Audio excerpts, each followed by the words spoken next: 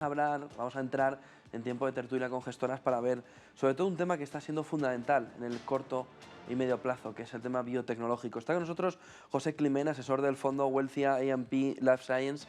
Bienvenido. Encantado de estar aquí, muchas gracias. Y está también vía semipresencial Elena Wanter de Ross, directora general de Candriam España. Elena, buenos días. ¿Qué tal? Buenos días, ¿cómo estáis? Bueno, tenemos una población mundial, ¿no?, que está experimentando crecimiento en las últimas décadas y cada vez se desarrolla más en el mundo biotecnológico. Elena, ¿cómo está la situación, cómo está la fotografía de la biotecnología ahora mismo y sobre todo cuáles son las oportunidades a medio plazo que puedan tener los inversores ahí?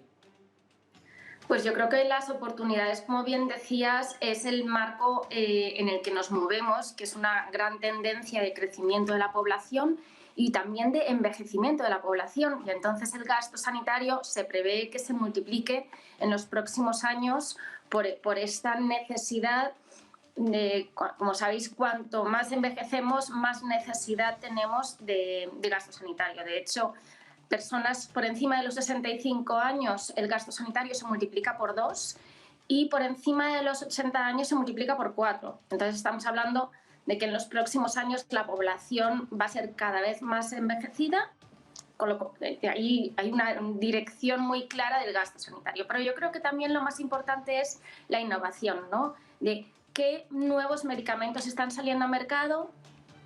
Y cada vez vemos que en los últimos 20 años se han descubierto y se han desarrollado muchos más medicamentos que casi en el último siglo. Y esto al final pues es un motor de la rentabilidad.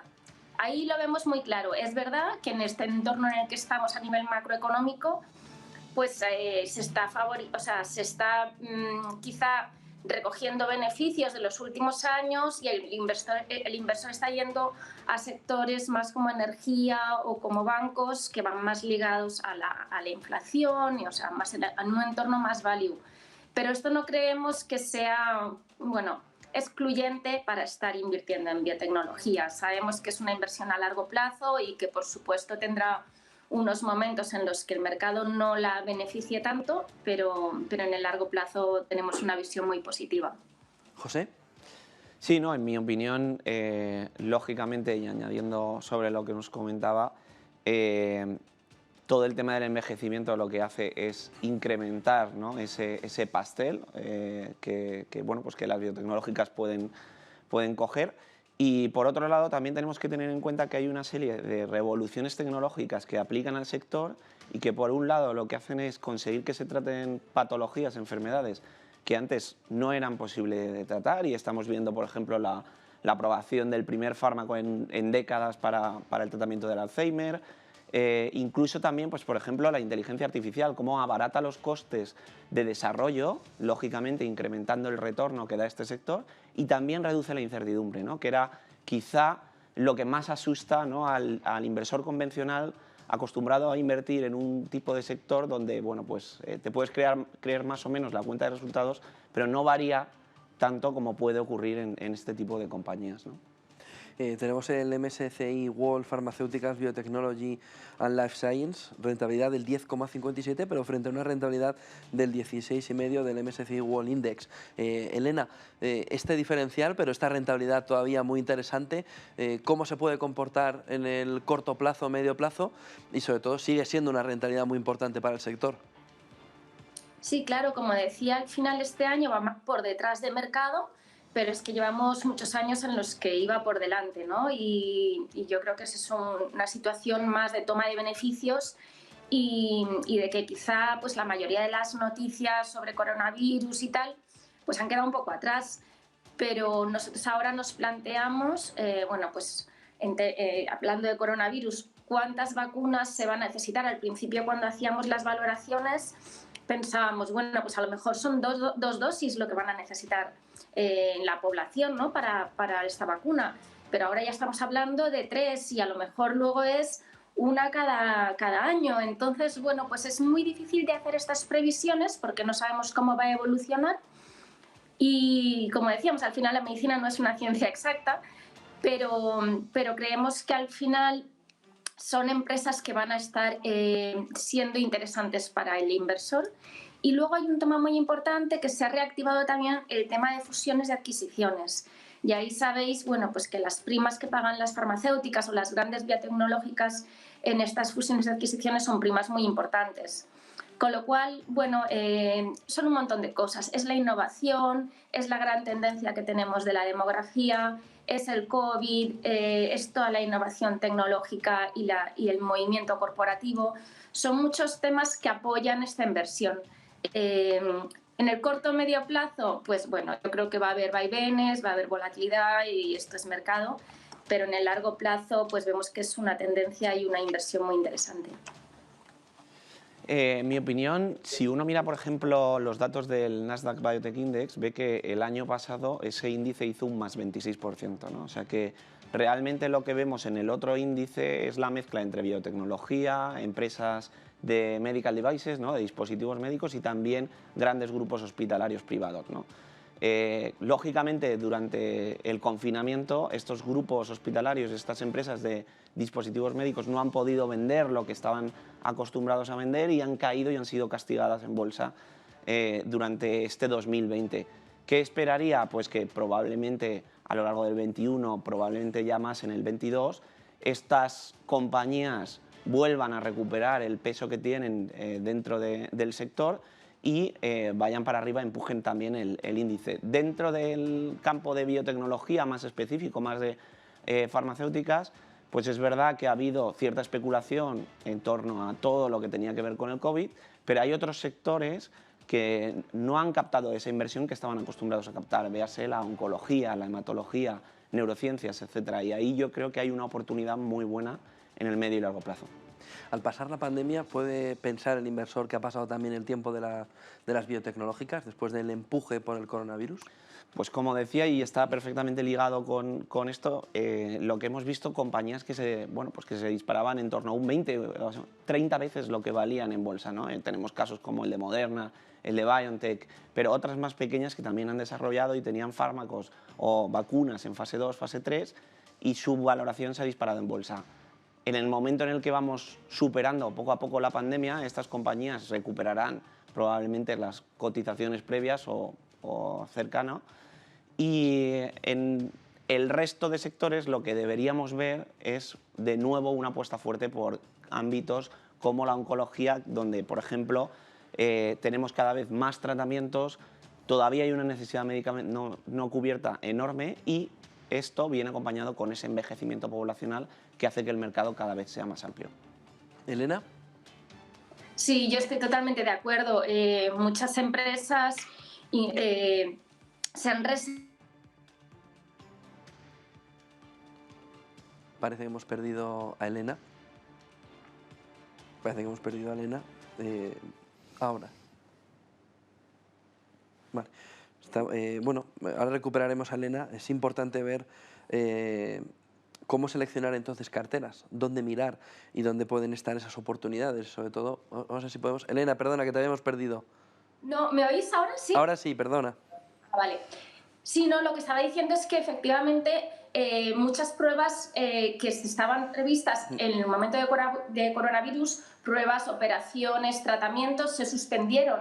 Y entonces esto hizo que ciertas empresas pues, sufriesen por el coronavirus y otras empresas se vieron fortalecidas. Entonces, creo que efectivamente va a volver pues todas esas... temas que estuvieron un poco parados volverán y los beneficios de estas empresas también se recuperarán. O sea que va a haber ahí un poco un rebalanceo en estas empresas.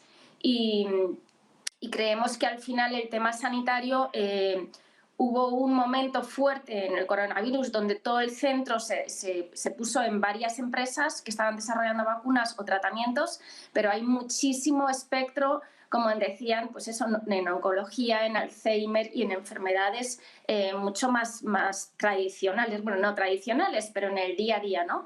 Y porque lo que vemos es que la población cada vez invierte más en salud, cada vez invierte más en bienestar, ¿no? Y es una gran tendencia en países desarrollados, pero en la parte de no desarrollados también los presupuestos en salud se están multiplicando. Entonces, bueno, creemos que por ambos lados el COVID también ha potenciado que la gente invierta más en sí misma, en su salud y en su bienestar. José, a la hora de seleccionar carteras, ¿se necesita más que nunca una gestión activa? Pues a ver, el debate entre gestión activa y pasiva yo creo que es eterno, ¿no?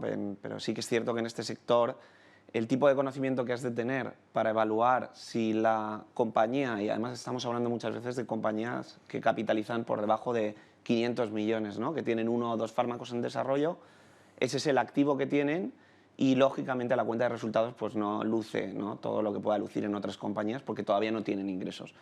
Entonces, en este sector donde al final valorar ese activo intangible, ¿no?, consta de tener un conocimiento científico y clínico muy amplio y además también muchas veces muy específico al tipo de enfermedad que estás evaluando, yo creo que lógicamente aquí la gestión activa cobra un papel muy relevante, ¿no? Y en ese sentido lo que hemos visto de distintas gestoras a lo largo de las últimas décadas es que las que están especializadas, ¿no?, en este sector en concreto están acostumbradas a batir al índice. Elena. Sí, yo creo que como decía al final, es muy importante analizar las pruebas clínicas, hablar con médicos, ir a congresos médicos, entender por qué se está desarrollando ese medicamento, cuál es la necesidad de los pacientes y si va a mejorar lo que ya tenemos o va a sustituir alguno. Y entonces ahí, para analizar bien, como decía, mi compañero no están presentando una cuenta de resultados positiva en muchos de los casos. Son empresas que, sobre todo en las pequeñas, en las que la apuesta es que ese medicamento que están desarrollando salga al mercado. Entonces, analizar cuáles son esas probabilidades de que salga al mercado, de que sea aprobado por la FDA, pues requiere un conocimiento clínico. Y creemos que sí, que es súper importante el saber muy bien discernir y entender muy bien las probabilidades y pensar como un médico a la hora de invertir, ¿no?, más que como un financiero, porque muchas veces los resultados financieros no están ahí todavía. José, ¿qué nos puedes comentar del fondo Wealthy I&P Life Science? Bueno, pues como decía, al final es un fondo que está centrado precisamente en esas áreas donde creemos que puede haber un mayor crecimiento en los próximos años, como es la oncología, la hematología, las enfermedades autoinmunes, que cada vez también se diagnostican más, y también el área de neurociencias. En nuestro caso, pues contamos con una amplia experiencia, más de 15 años dentro del sector, ¿no?, con conocimientos. Bueno, y dentro del equipo pues contamos con médicos, con científicos, etc. Y lo que creemos al final es que, lógicamente, en este sector, para ser capaz, ¿no?, de batir al índice, que esa gestión activa aporte valor de verdad, lo que tienes que tener es un conocimiento científico y clínico muy amplio que te permita evaluar el desarrollo clínico y saber si la compañía que tienes delante tiene un fármaco que de verdad puede ser un megaventas, o realmente es un fármaco que les suelen llamar Me Too y va a vender 100, 200 millones y no vas a recuperar nunca esa inversión que hiciste, ¿no? Porque al final no podemos perder de vista que este es un sector que se parece en cierto modo a esas pequeñas tecnológicas donde 1, 2, 3 de cada 10 son las que de verdad luego son un éxito y son las que hacen que traigas la rentabilidad a casa, ¿no? Elena, el Candriam Equities Biotechnology y el Candriam Equities Oncology Impact, ¿cuáles son sus claves para este momento y para el medio plazo que vamos a afrontar? Pues yo creo que las claves son pues el intentar identificar también esas empresas que van a desarrollar los fármacos del futuro, ¿no? Y entonces, en el caso del oncology, no solo fármacos, sino también tecnología médica, también aparatología, temas bueno, pues de extirpación de tumores, de radioterapia, todos estos temas que están muy enfocados a la oncología, pero desde un campo mucho más amplio que solo los medicamentos, ¿no? Y ahí creemos, bueno, pues que la clave es eso, el estar muy enfocado en todos los desarrollos médicos y científicos que están apareciendo, ¿no? Y creemos que es una inversión no solo financieramente muy interesante, pero sino también que le damos un enfoque social y ahí, como había comentado otras veces, parte de la comisión de gestión lo dedicamos a más investigación o apoyo a los pacientes. En el caso de España lo hacemos a través de la Asociación Española contra el Cáncer. Entonces, ese fondo a mí me parece bueno, pues que es un fondo que hay que tener no solo por la inversión, sino por ese apoyo que se está dando a la enfermedad, a los pacientes. Y en el caso del biotecnología es pues, un fondo que está invirtiendo en todo tipo de enfermedades, pero desde el punto de vista de identificar cuáles son los medicamentos biotecnológicos que van a salir a mercado en los próximos años o grandes biotecnológicas que siguen desarrollando medicamentos interesantes, ¿no? O sea que al final son dos enfoques distintos, todos ellos, bueno, pues buscando eso, esas nuevas soluciones para los pacientes y bueno, creemos que tiene todo el sentido estar invirtiendo en estos sectores a día de hoy, desde luego. Por supuesto que habrá momentos en el ciclo donde se vean menos favorecidos, como puede ser ahora, que están todos los inversores más enfocados a la inversión value, pero que las rentabilidades y los fundamentales siguen siendo muy atractivos. Muchísimas gracias, Elena Guanter de Ros, directora general de Candriam en España, también José Climent, asesor del fondo Wealthy IMP Life Science. Gracias a los dos, buen día, buena semana, buen negocio. Muchas gracias. Muchas gracias, igualmente buena semana.